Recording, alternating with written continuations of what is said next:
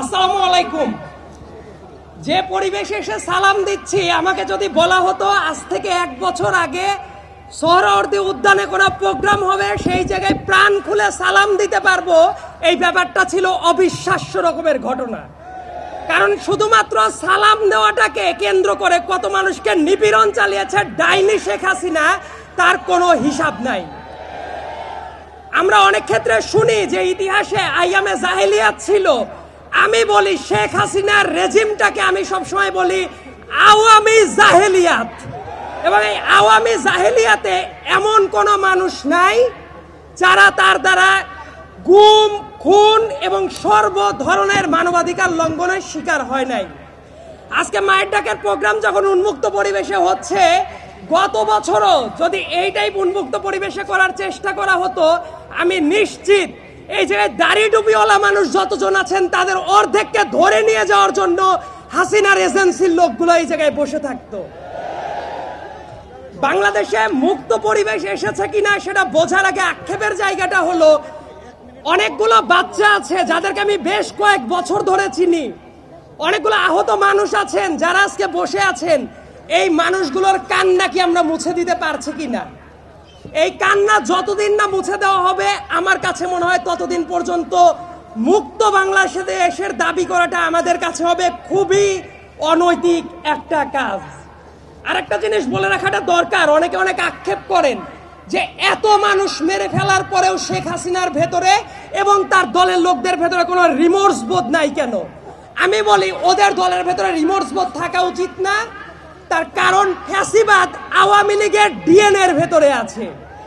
শেখ হাসিনা হঠাৎ করে 2024 সালে এসে স্বৈরাচারী হয়ে যায় নাই। 2011 সালে পঞ্চদশ সংশোধনী যেদিন করেছে ওই দিন থেকেই শেখ হাসিনা স্বৈরাচার ছিল।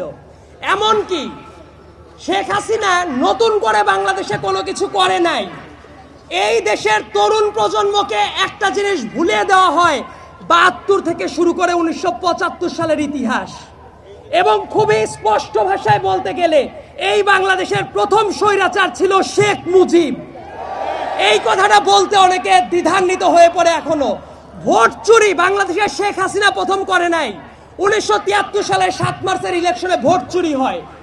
গুম, খুন, প্রশাসনিক দৌরাত্ম্য, প্রশাসনিক লুটপাট, এই একটা কাজও শেখ হাসিনার হাত দিয়ে শুরু করা না। প্রত্যেকটা কাজ শেখ মুজিবের হাত দিয়ে শুরু করা এবং এটাকে শিল্পের পর্যায়ে নিয়ে গেছে শেখ হাসিনা।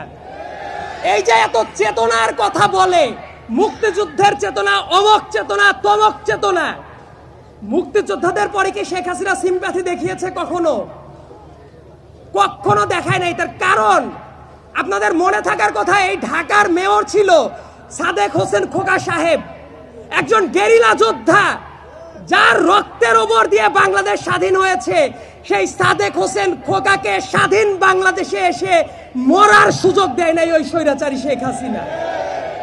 তার আশেপাশে যত মানুষ থাকতো প্রত্যেকটা মানুষ লুটপাটের অংশীদার ছিল। এবং যত ব্যবসায়ী, যত সংবাদ মাধ্যমের যারা কর্মী ছিল, যত আদালত, একটা ব্যাপার নিয়ে কথা বলতে খুবই আক্ষেপ হয়, আমি আইনের ছাত্র, যে মঞ্চে দাঁড়িয়ে আমরা কথা বলছি, আমাদের হাতের বাম সাইডে যে আদালতটা আছে বাংলাদেশের ভেতরে পবিত্রতম জায়গা হিসেবে চিন্তা করা যেত, কিন্তু ওই আদালতের মাধ্যমে কত নিরীহ মানুষের রক্ত কেড়ে নিয়েছে শেখ হাসিনা, তার কোনো ইয়ত্তা নাই। এবং বাংলাদেশে মাঝে মাঝে বলা হয় না যে এদের অবিচারের মাত্রাটা কেমন? আমার কাছে মনে হয় জার্মানির নাজি পার্টির চেয়েও ভয়ার্ত ভাবে আবির্ভূত হয়েছিল শেখ হাসিনা। এবং সামনের দিনে আমাদের একটা চ্যালেঞ্জ আছে যে জাতিগতভাবে আমরা ঐক্যটা ধরে রাখতে পারি কিনা। তবে এই জায়গায় এসে আমি একটা ব্যাপার সুনিশ্চিত, সামনে বাংলাদেশে এক থাকবেই।